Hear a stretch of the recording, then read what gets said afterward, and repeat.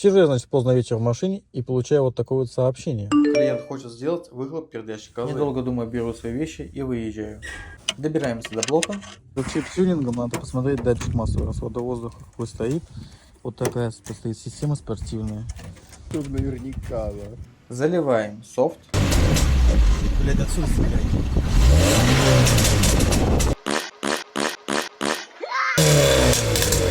О, как тебе? Конечно. Есть что-нибудь? И по газу он посмотрит. Сейчас на трассу выйдем.